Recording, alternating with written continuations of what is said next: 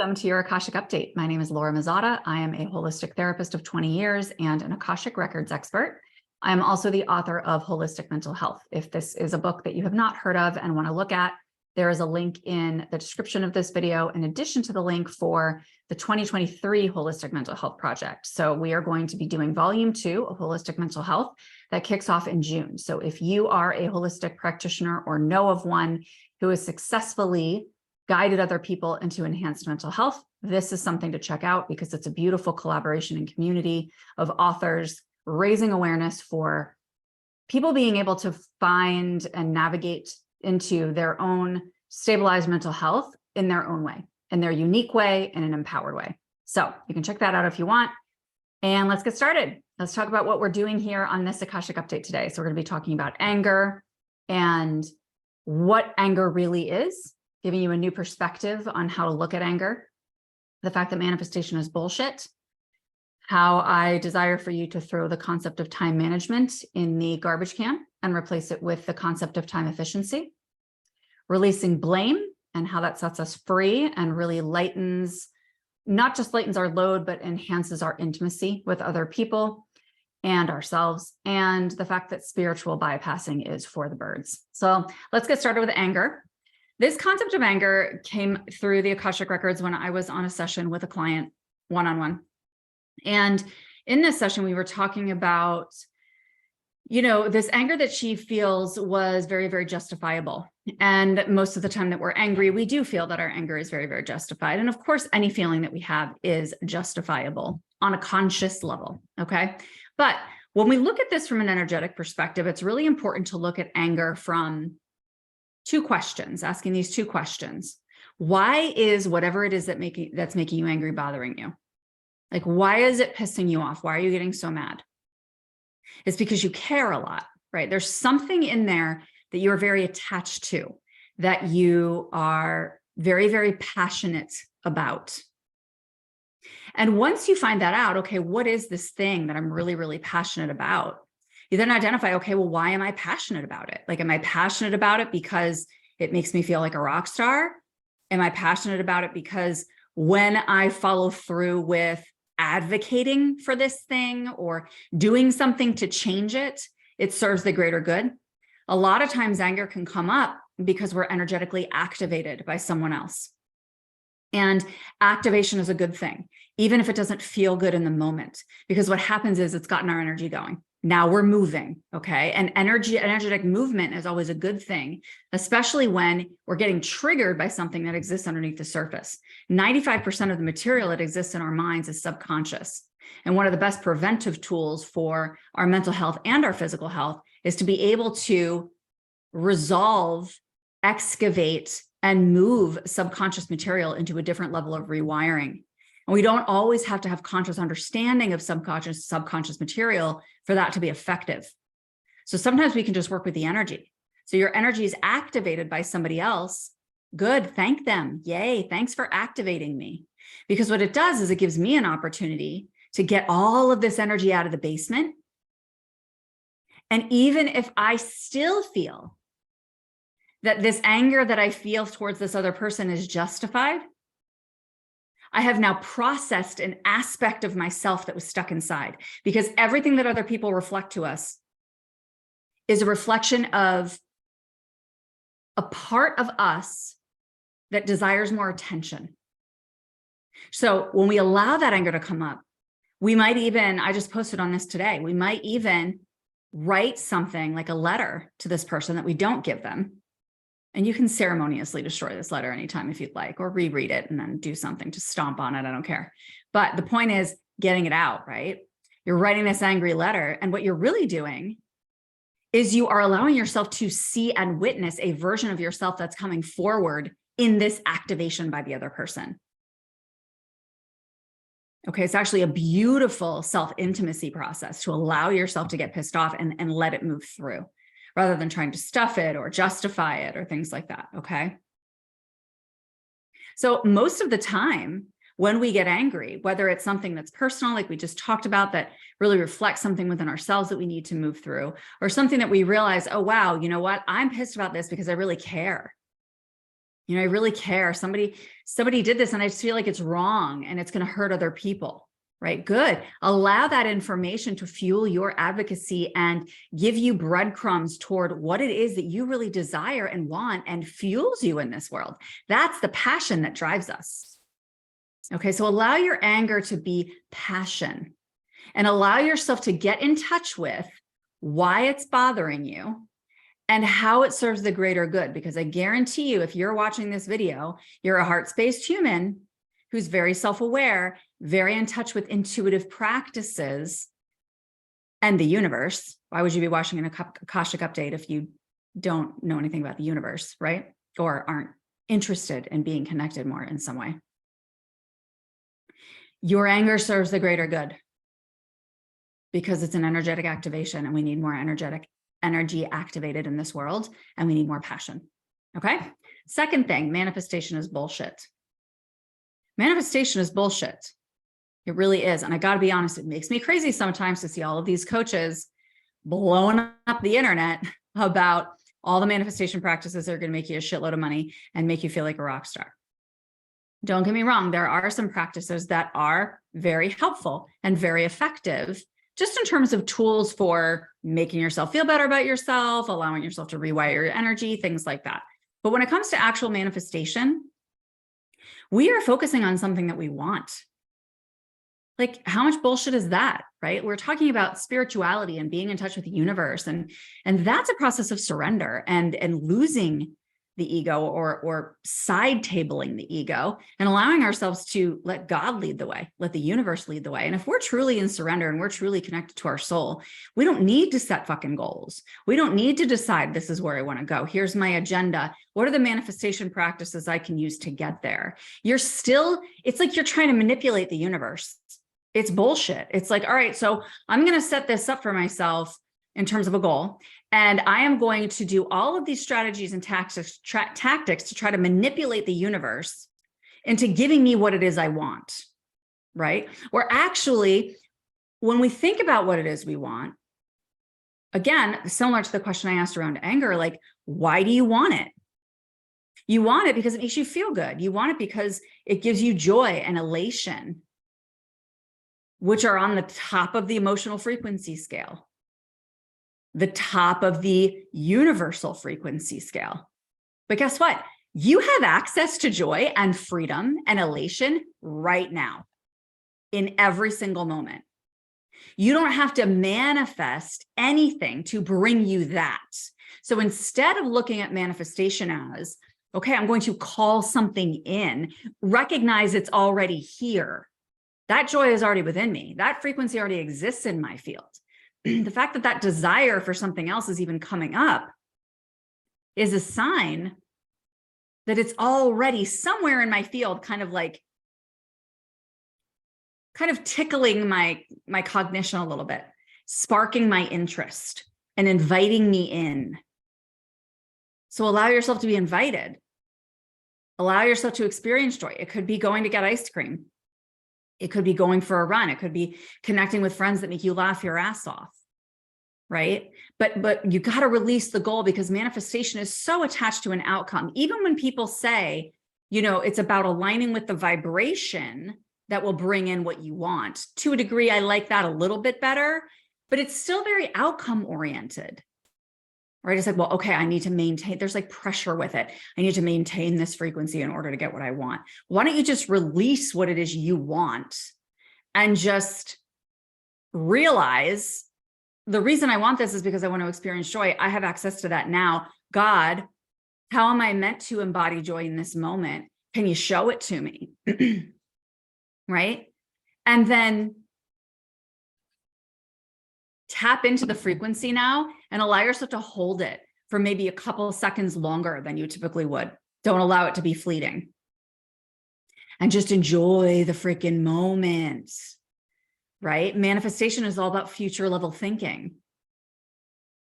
So we want to stay present. We want to find joy in the present. Okay, that's what spirituality is about. Not trying to freaking negotiate with the universe and figure out all the formulas of how it works so that we can get what we want. I mean, it makes me a little crazy. All right. Third, time management. This is a big one that comes up all the time. This was particularly coming up in my vitality program around, well, how am I going to manage my, like, I need to manage my time. I don't have enough time. I don't have time for this. Things are so busy, da, da, da, da, da. Okay. Once again, we're going to throw time management into the garbage can. What we really want to focus on is this concept of time efficiency. Okay. It's not about managing your time, because at the end of the day, time doesn't even freaking exist. Okay. It was something created by humans to try to understand how to navigate and control our worlds and structure our lives.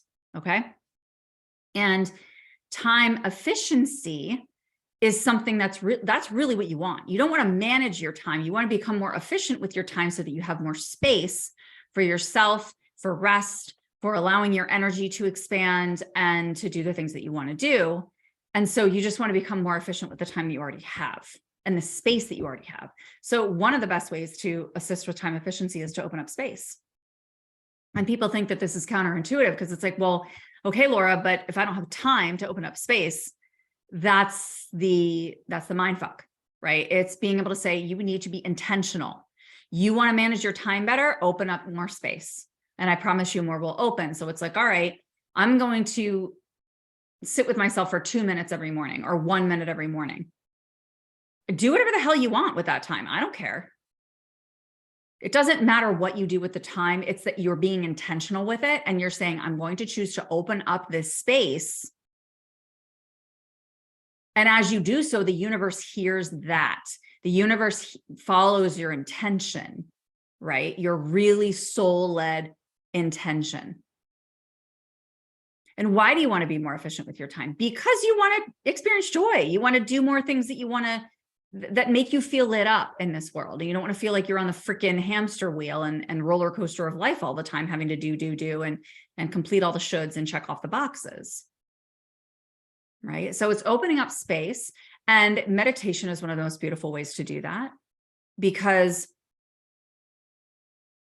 time efficiency is going to be exponential when you use meditation, because it's opening up space in your body. It's opening up space in your mind. It's opening up space in your energy field, in your heart, and to more infinite possibility, because you're connecting more deeply with the divine.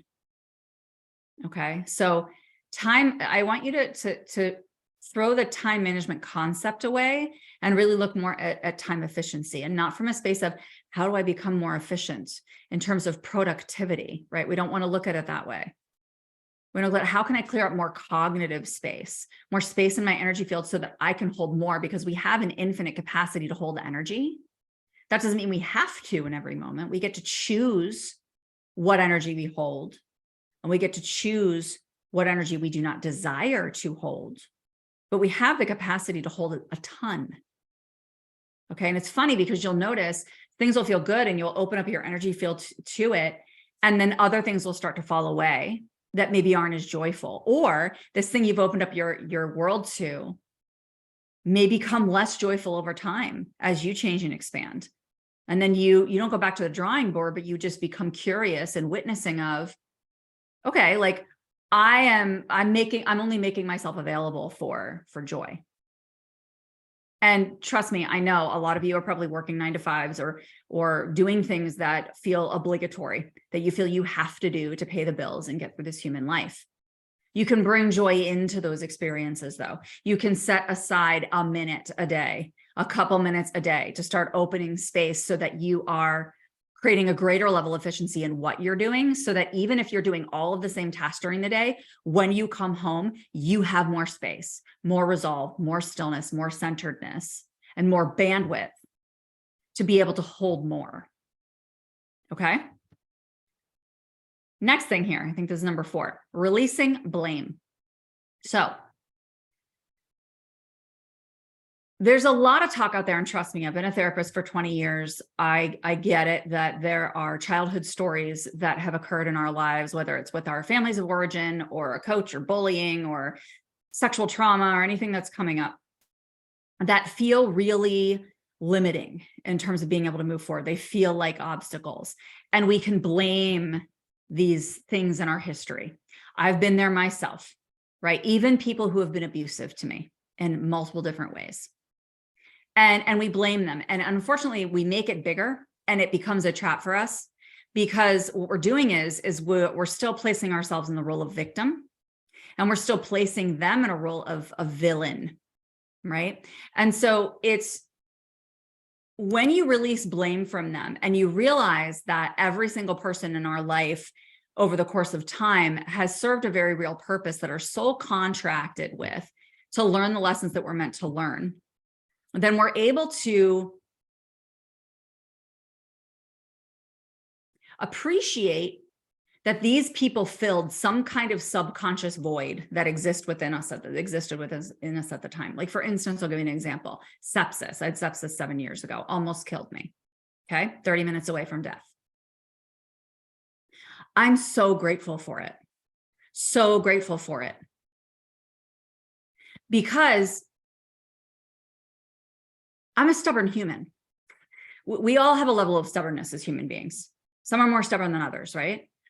But I wouldn't have listened. I wouldn't have listened. There was clearly a subconscious need and a void that existed within me that needed to be filled that I was not aware of. That sepsis made me see. That my body helped me see. Now, I can blame my body. I can blame my history of chronic stress and trauma for getting me to that point. Or I can say, you know what's really, really freaking cool? I have taken so much responsibility for myself and chosen to fill that void and that subconscious need with so many other things in my life, not just working with my inner child and connecting with God and loving myself deeply. Those are the main things, but it's also other people that feel more aligned for me in my life and activities and experiences. Okay. And then once you get to that point and realize these other things in my life were valuable and were vital for my path, like, don't blame even your previous self. Don't blame a previous version of yourself for saying, well, I couldn't use my voice and that's why this happened. Or I'm blaming this person, and because of them, I haven't been able to use my voice. Well, how do you know that if you had used your voice when you were 8 or 12 or 17 or 25, that you would have been able to hold that at that time, that you would have been able to handle that level of energy? And one of the things that we realize as empaths and as intuitives is that we are big fucking souls with big fucking energy. And to bring that into a human form, into a human body, can feel like twitching. You know, it's like an electrical storm. It's like, holy shit, this is a lot. And that we're meant to, like, there's people that I know that started this path when they were in their teens, right? So they had a different blueprint. They had a different path where they were meant to hold it at that level. That doesn't mean I did anything wrong. It just means that I was meant to breadcrumb it up to this point, because I have lessons that are going to speak to some of you who really need to hear this message.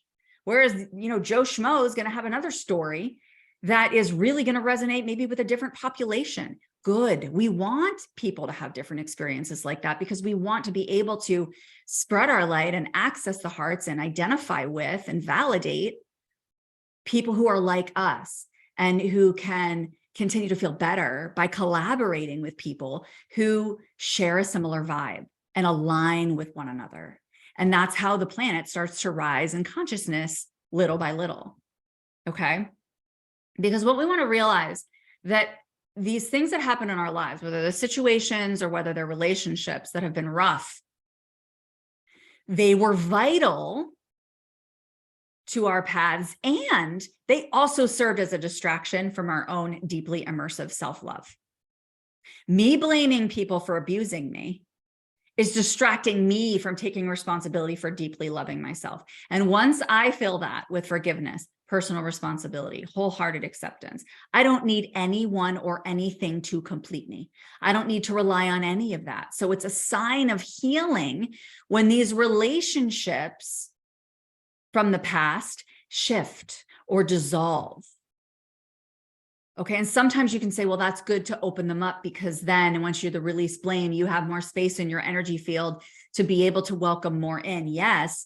But it's also because when they dissolve, instead of getting all grievy about it, which can be part of the process, don't get me wrong, but don't sit in that shit and blame, because what you really want to do is shift that into celebrating that this is a sign you're healing, because you're now at a place where you can say, I feel this shit myself. I figured it out.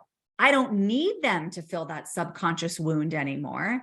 And therefore that relationship and the boundaries get to shift in a way that feels really empowering for us both and enhances sovereignty for both of us. And freedom from old wounds and chains and stories that held us connected that no longer have to exist there because I feel it for myself, right? So now you can go it on your own. You can experience life more lightly. You can experience the relationship more lightly and for just enjoyment, rather than feeling tethered to needs that need to be fulfilled that haven't been met. There's no more pressure on the relationship.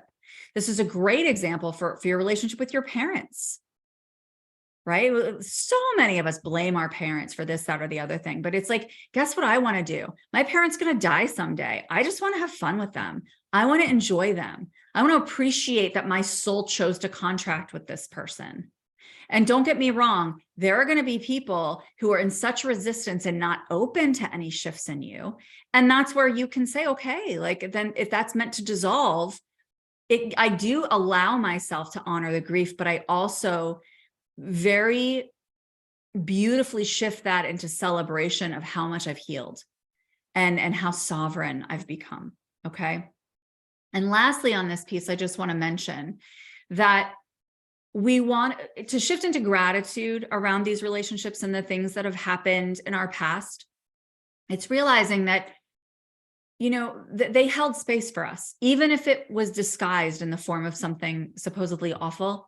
They held space for us to grow, right? To grow in the way that we were meant to, and to build our resolve and to build our momentum. And there's value in that, even if it felt challenging. Okay. So no matter how much strife has occurred in those interactions, that's what we want to work toward, is gratitude, not just acceptance, but gratitude, because they've held space for your massive enduring transformation. They may have given you a gift of such drama and trauma that it has changed the course of your entire life in a way that allows you access to freedom. And if you're still stuck in that place, but you don't feel freedom, that's where connecting with a coach, a therapist, sending me a message can be really supportive, so that you can be held and have that foundation to feel safe as you continue to make these shifts and step further into your own sovereignty. Okay, so that's kind of a big one. The last one here is spiritual bypassing is for the birds. Okay, so this one again is speaking to people who have been on the spiritual path, are decently intuitive, and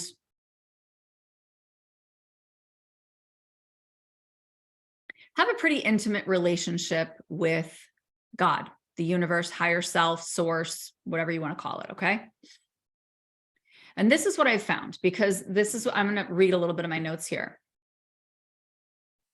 This is part of a blog that I wrote, which is, there's so much talk about spiritual bypassing and not hanging out in the ether too much, because you're going to neglect the human, because that's a form of escape. Okay. And I've talked about this on a previous Akashic update. It might have even been my first one. But this is what I've found. Your human is established, and that's what I want you to trust. You already know how to interact with other people. You know how to brush your teeth. You know how to go to the bathroom. You know how to cook. You know how to feed yourself, hydrate yourself, get dressed, right? You know how to access resources. So you can play a little bit. Like, there's room for that. People think, people live in fear of expansion because they feel like, I'm not going to be grounded. I'm going to lose relationships. I'm not going to be connected to this person or that person, or people are going to think I'm crazy. Like, all the things.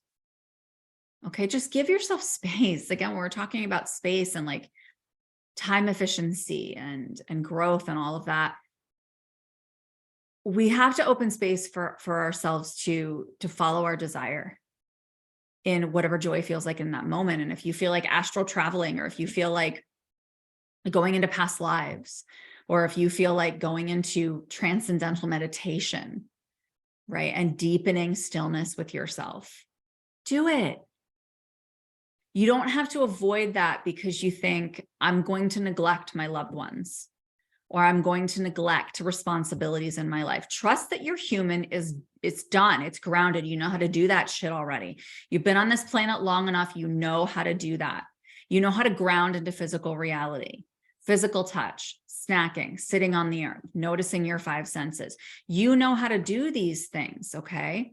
And you get to do these things and ground while you also hold the same vibe as when you're hanging out in other dimensions.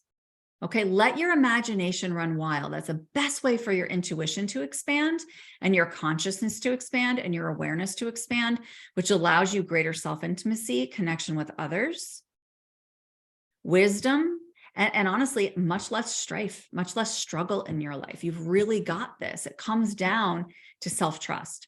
That's really what this is about. It's about self-trust. Trust that you're not going to abandon your earthly responsibilities just because you like to fly around in the sky, right? You've already automated your human. And when you've already done that, trust that, hey girl, you've got this. You've got this. Like, you've created such a structure and such a safety in the basics of being human that you have the freedom now. You did that for you, and you have the freedom now to flexibly and comfortably and exponentially expand your consciousness. Okay, so trust that you're already tethered. And if there's areas that you really want to expand and you're feeling a little shaky about it, send me a message, or you can book a vibrational assessment. That's one of the best ways to start working with me. It's 15 to 20-minute call on Zoom. I'm going to get in touch with your physical, emotional, energetic, mental, and spiritual layers of being, completely holistic. You might have a question. You might just want feedback as to, hey, read my field. What the hell is going on?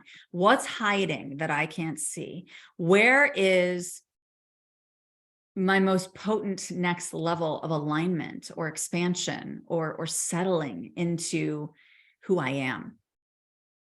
Okay. So thank you for listening. Thank you for being here. Thank you for being part of this community. I encourage you to click like and subscribe to this channel. You can also hit the notification bell and you'll get updated on tapping videos. I have a tapping playlist of over 50 tapping videos that you can access. Also other Akashic updates as they're uploaded. It seems like I'm doing these about every 2 weeks. So you'll get updated on those as well. And as always, you can shoot me an email at emergehealingandwellness@gmail.com. I look forward to hearing from you. Thanks again for being here, and I'll see you again very soon. Bye.